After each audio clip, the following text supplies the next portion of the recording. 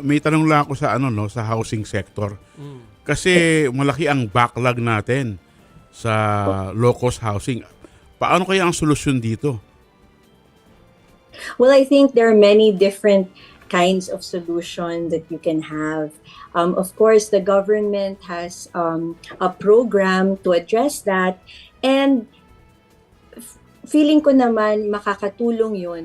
Pero hindi naman natin kaya masolusyonan lahat kasi nga malaki ang backlog ng ating need for homes. So when you look at it, ang importante talaga is ma-empower natin yung pamilyang Pilipino or yung ma-empower natin yung mga kababayan natin na magkaroon ng magandang hanap buhay para rin sila ay magkaroon ng oportunidad para makapagrenta, makabili, or makahanap ng magandang pabahay na pwede sa kanilang pamilya.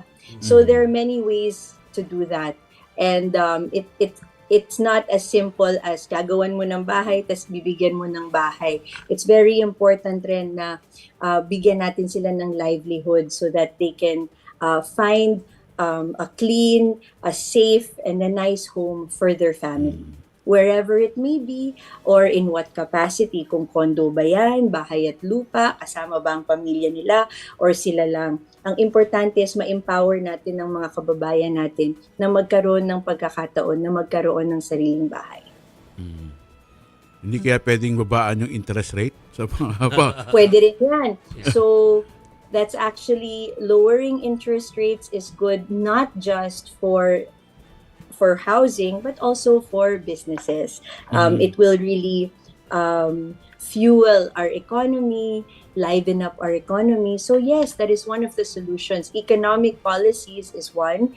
Incentives also could be one, diba? And then also, again, empowering yung mga kababayan natin.